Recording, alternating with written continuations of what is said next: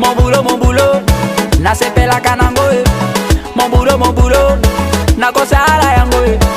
Mon boulot, na sepe la kanango. Baba, tolinga mosala, ba mama. Na bana, tolinga mosala, na bana.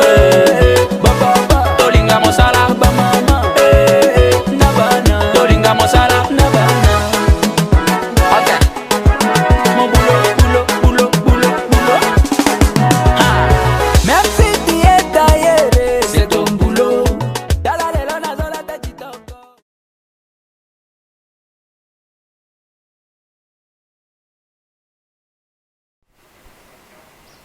Bonjour à vous tous qui nous suivez partout à travers le monde. Nous recevons dans le cadre de notre rubrique Travail au féminin une dame d'exception, une dame tout à fait particulière qui va nous parler de la situation actuelle liée à la pandémie du coronavirus. Avec elle, nous allons aborder un sujet important, à savoir l'impact du coronavirus sur la femme. Il est temps pour moi de m'approcher de cette invitée pour nous parler de ce sujet.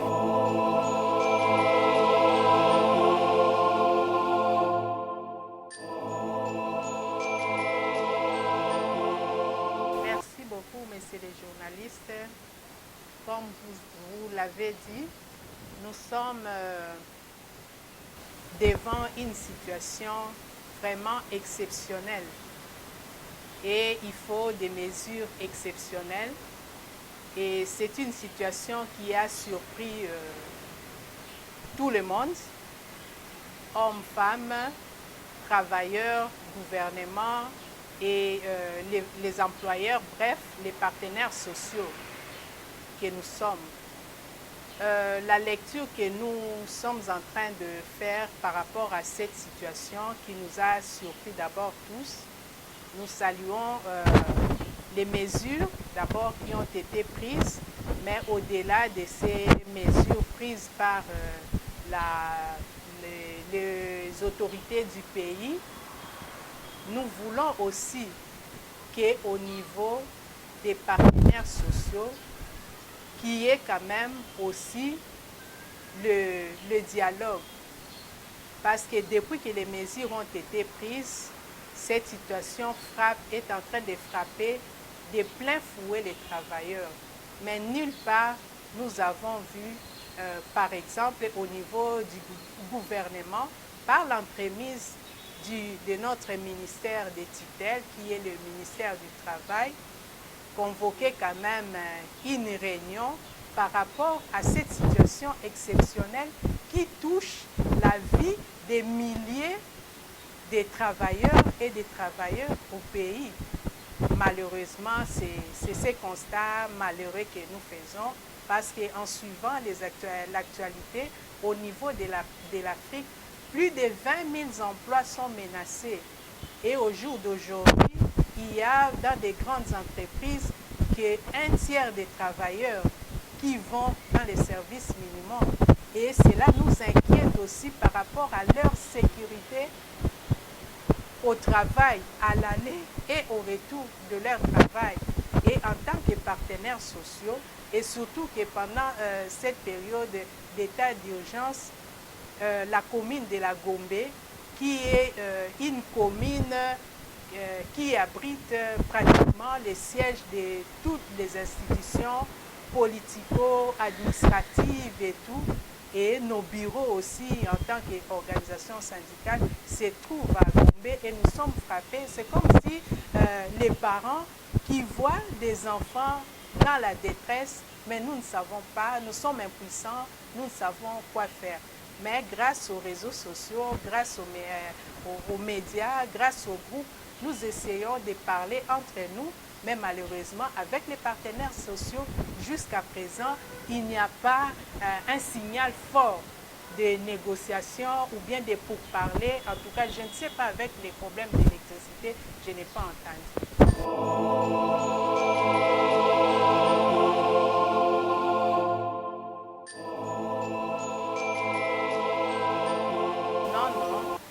ne pouvons pas arrêter les combats. Au contraire, nous devons renforcer la solidarité entre nous les femmes pendant cette période pendant cette période de crise sanitaire, parce que ce n'est pas un secret que la femme a toujours travaillé dans une situation de précarité. Avec la situation de Covid-19, ça vient encore renforcer, ça vient encore mettre la femme à genoux. Et pendant ces moments ici de crise, je lance un appel à tous les camarades syndicalistes que nous devons encore nous mobiliser davantage face à cette pandémie. Nous devons renforcer la synergie, nous devons renforcer aussi la solidarité syndicale, surtout pour aider la femme, pour sensibiliser la femme, pour que les autorités nous impliquent aussi dans ces sensibilisations et dans des formations pour que nous-mêmes aussi nous puissions être suffisamment informés sur cette pandémie en tant que leaders, pour que nous puissions aussi approcher nos camarades travailleurs sur leur lieu de travail, en leur expliquant par exemple que signifient les mesures barrières, tout ça, toutes ces notions-là. Donc c'est un peu comme nous avons commencé avec la question de lutte contre les VIH en milieu du travail. C'est de la même manière aussi que nous devons militer, combattre contre les Covid dans les milieux du travail, parce que et le travail et nos maisons et l'environnement, nous sommes menacés partout.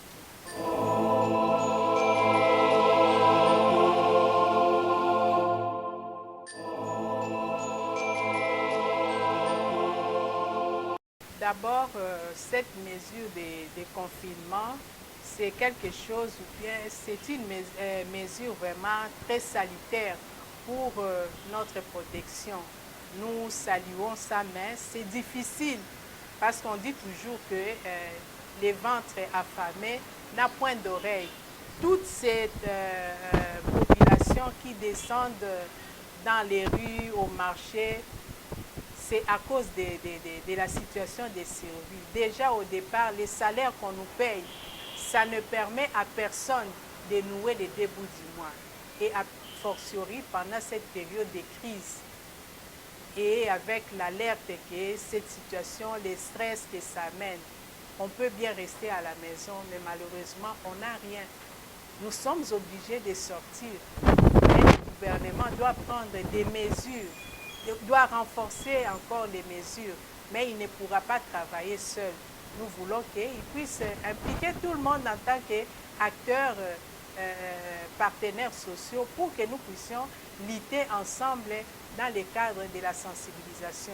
Nous particulièrement, nous n'avons pas de matériel à donner aux gens, nous n'avons pas des solutions bactériennes à donner aux gens, nous n'avons pas de cache-nez à donner aux gens ou bien des masques, mais nous n'avons que notre parole, nous n'avons que notre bouche pour parler afin de sensibiliser les hommes, les femmes dans nos quartiers, et particulièrement la femme qui est en train de traverser une période très difficile.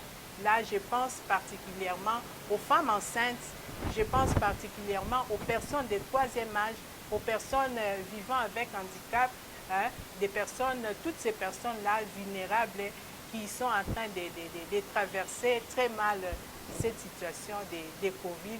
Mais c'est une situation qui est arrivée.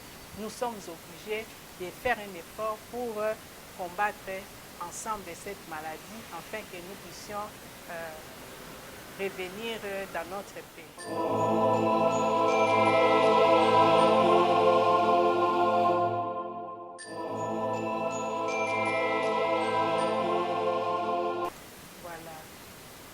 Le message que je voudrais, je préfère d'ailleurs parler en lingala.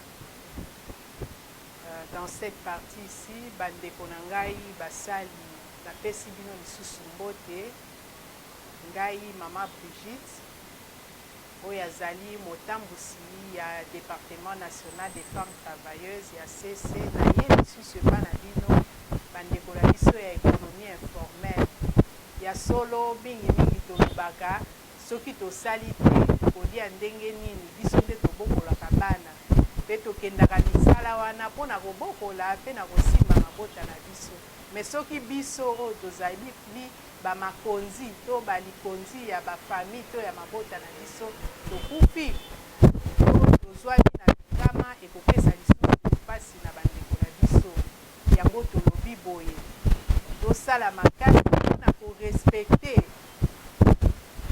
bamibeko nyonso oyo baexpert sante baza koyebisa biso na ntina na maladi oyo bokono oyo effectivement ezali eza pamba te misala nyonso tovandi na bandako mpona kobatela bana mpona kose preserve na maladi oyo ekomi na pasi na kati na mabota ata makambo ezali bokomi kotala na kaka boye ekomi kaka koyambala na mitema tosala makasi to respecte bamesure barrière oyo bayebisi biso soki na bapartenaire basungi biso notamment ambela na biso toza koadresse yango na BIT bureau international oyo ezali mpe na représentation yango awa soki akoki koaccompagne biso parce que la majorité ya basali baza nde na économie informelle baza bato oyo tolobaka tobikaka na taux du jour donc tobikaka mokolo na mokolo soki obimi te okolia te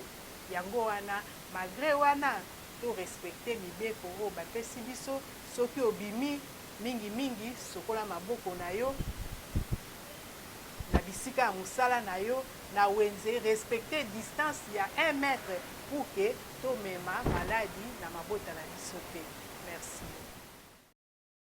Pour vous qui nous avez suivis partout à travers le monde, nous avons reçu pour vous Madame Brigitte Charadi.